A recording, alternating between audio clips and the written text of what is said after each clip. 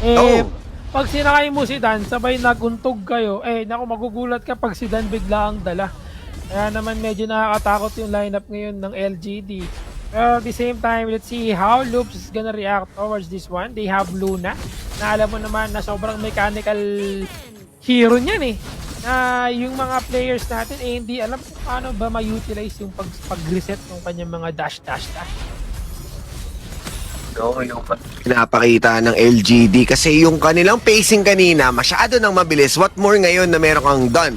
Pwede kang mag-unruly blade maya't maya. Meron ka ring set sail. Ano mo yun, ang dami nyo masyadong pwedeng play na gawin around the map dahil sa mga ganitong klaseng cooldown. So ngayon, having the mid lane naman being controlled by Ning and JR, it gives a lot of freedom pag kailangan nila ng tulong with extra 2 members. Ito yung nakita nga natin no ating game 2. Kaya nagagawa nilang i-shutdown si Ab. And at the same time, malapit dito si Jake. So kung kailangan nila ng mga sustain, mapapalaban na naman Ay, sila. naku! Again, Ay! napapakinabangan nila to. At grabe yung rotation, Erpy. Parang ano, FF sila Ubus. dito kay Tempest, man. Ay, parang not really the weakest link, I would say. Pero parang ito yung nakikita nilang pwede maging butas ng ano ng LPS si Tempest. Kaya ginagawa nila ng paraan na magkaroon sila ng counterplay or to at least shut him down towards the top side. Pero mag-iiba sila ng plano, pababa sila ngayon. Meron ng ulti si Musang King, pwede niya magamit yung kanyang unruly blade para hatakin itong si Seret. Pero nabasa ito ngayon ng mga tropa natin from Loops. So wala mo nang mangyayaring kaganapan dito, wala mo nang bakbakan sa ngayon. But just continue on clearing the jungle camps and wait for themselves. Tamang slow lang coming from JR. Pero Mamba out lang with a leaping savior para maligtas yung kanyang tropa. Yung proactiveness ng LGD RP. Farm pa lang, napakabilis na ng kanilang mga transition dito. Talagang gustong-gusto nilang i-deny yung possible na pwedeng gawin dito ng Luna at kita mo, no, kahit nag-teleport na dito si Ab from top, moving in sa kanyang red buff, hindi pa rin niya naabutan yung kanyang Hawkbird. Natanggal pa rin ni Musang King. Nakuha si Hawkbird. Yan, muntik ko na masabi. Si Hawk, So, Hawk, paborito natin laro. But sa ngayon, kailangan tumakbo ni Siyang dito. Ginamit yung kanyang ulti. Pero pilit niyang ginagawa ng paraan para makatakas siya. Pero ito na si Z. Si Kuya Z, kailangan nilang bumalik. Ops, uminom ng gatas at pampa-HP itong si Siyang. Ngunit walang mangyayari sa ngayon. gatas, no? Pampalakas ng buto. Healing Dew, calcium. Ayun, healing dew. Yan. Yan ang maganda. Calcium yan, pre.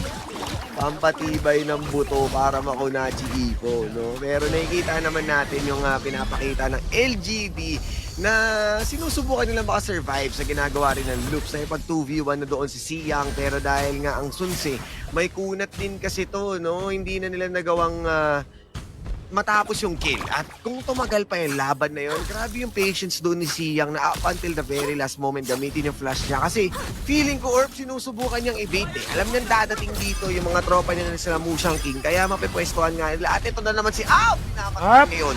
Naku, Tinali. pinasok ni Flash, Ayan na. hinatak, tinali at hinambalos! Ay, First lubid. blood goes to Z. Nakita ko yun, RPI. Yun yung sinasabi mong sobrang lambot niya. Kasi laki pa ng 8 nun, tapos support ko nakapalo sa kanya, kinalmot. Ang sakit. May damage na nga yun. Babagsak pa yung armor mo. Ay, nag-miss! Ay! Airball! Naku po, Okay lang. delikado sila dito. Ito na yung mga tropa. Ginamit yung Unbridled Outburst para matulak sila palayo. Pero may shield sila sa gitna. Naiiwang mag-isa si Mitty. Naku po. Naging karne yung kanyang Mitty sa pangalan niya. And that's going to be Musang King secure the kill and potentially the tower as ay palakpakan ng mga crowds natin. Ooh, hindi lang juicy. Meaty pa. Kaya ngayon, isa pa. Ops, Oo, di ba tapos? okay, Ito sumakay, na, Wonder sumakay. Pino, Philippine Tokyo. Ops, sumakay na mga kaibigan. Skirt, Naghanap skirt. sila ng target dito pero wala silang makita Papunta. at pauwi si Sherry. At makukunin nila yung ating objective dito na Thailand. Si Eren, na naiiwan na lang sa Eren, no? Uy! Grabe Ano kasi, mang ganyan, wala talaga eh. Hindi ko pa rin nararamdaman yung yung may Shiranui natin dito, or pagka tinatapatan talaga ng dalawang hero. 2-1 kasi, di ba, yung nagiging trade-off dahil nga nag-early rotation itong LGD. Pinuwesto talaga nila sa mid lane, yung kanilang duo lane, kaya nahihirapan at hindi makakuha ng karampatang farm ang isang Meshiranui. Sina-shutdown pa nila dahil nga sa mga paikot-ikot na ginagawa nila dito at napakabilis nga nung kanilang pag-deny sa mga farm. So ang dami nilang naghahati-hati sa kakarampot lamang. O, yun na! Oh no, JR will fall down. Ang ganda naman ng pagtago na gawa dito ni Tempest, pero ginamit ang kanyang choice. So si Shinabi Bocce. Pero si Ze, hindi na niya kakayanin kasi wala na siyang carry RP. Pero eto na, ang rumaragas ang barko, set sail. That's going to be a secured kill. Sera will fall down, Miti. Ang kanilang next target, meron pa siyang ulti, ginamit na with a lot of shield na nakuha niya sa kanyang hero para lang makapag-disengage si that particular team fight. Grabe talaga yung pinakita doon ng set sail, no? Nakakuha sila ng return kill ng ganun-ganun lang. Pero sabi nga, di ba, Kuya Osi, ba't kasi inaaway mo yung Meshiranui ni Kang? Nabigyan tuloy itong duo lane at magandang ang pagbawi yun alongside Tempest. So yun, mga ganong klaseng kill ang kailangan nilang ituloy-tuloy para nga masyadong ito si JR. Ang ganda naman ang pagpasok dito ni Tempest, pero binangga ng barko nitong si Siyang. Ano dito maganda para sa LGD because Tempest is living the life I see na ginagawa niya ngayon. Mukhang nagagawa niya ng paraan na mga-counterplay yung sinusubukan nilang pag-shutdown sa kanya kanina. What a game na pinapakita ngayon ng Loops dahil mukhang nurse gising na po sila. Nakikipagsabayan na sila ngayon sa LGD. Kung masipag kayo, mas masipag kami. At nawala na kakaagad ng Torre itong Loops at yung side lane nila nangangatog-natog na naman. Oo, kabado 20. Mga kaibigan dito ang situation nila pero siyang gonna go in pero nahuli sa loob itong si bakit pumasok? Bumabas naman siya kaagad dito para sa kanya. Pero JR, tamang healing galing lang coming from Z. Tamang sama-sama lang sila dito sa ating situation right now. Pero Tempest is able to get the first tier tower sa ating top side. At Overlord ay nawala. Nakuha nila dito pero anong gagawin ngayon nitong Loops? No? Nakikita natin na mas binabantayan nila ang kanilang mga kalaban. Oo. Usang kick. Harap si DP.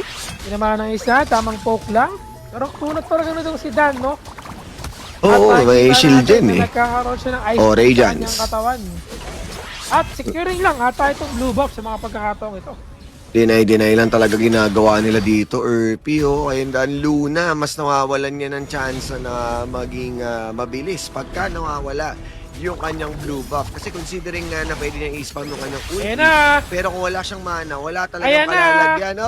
Kapag sa U-turn slot, si Kuya mo Siyang. Oo, kumbaga ang stopover lang niya sa silang, umabot siya dun sa may Cavite na. Lampas na ng Cavite. Sumover siya sa kanyang, kumbaga exit sa SX, no? At sa ngayon, bukhang ang target dito ng LGD is to get the first tier tower para mas magkaroon sila ng control sa ibandang jungle camp dito sa baba ng Loops. Habang sa taas naman ay si Tempest, ginagawa lang niya yung kanyang trabaho bilang isang cash leader. Split push lang ang ginagawa niya dito no? As in, focus lang muna tayo sa Torre para magkaroon ng ma-presence itong Loops. And at the same time, hindi na makain yung pwesto nila, yung mga resources nila, mas madedefend nila freely. Yes, masag na yung mid lane dito ng Loops kaya nakakatawid ng LGD. Pero yung side lanes kasi talagang kailangan pa rin nila depensahan at konting warning shot lang para mapa-atras na dito si Tempest. Tyrant, ito nga, LGD lagi na una. Kaso ngayon, Loops na ang nakapwesto.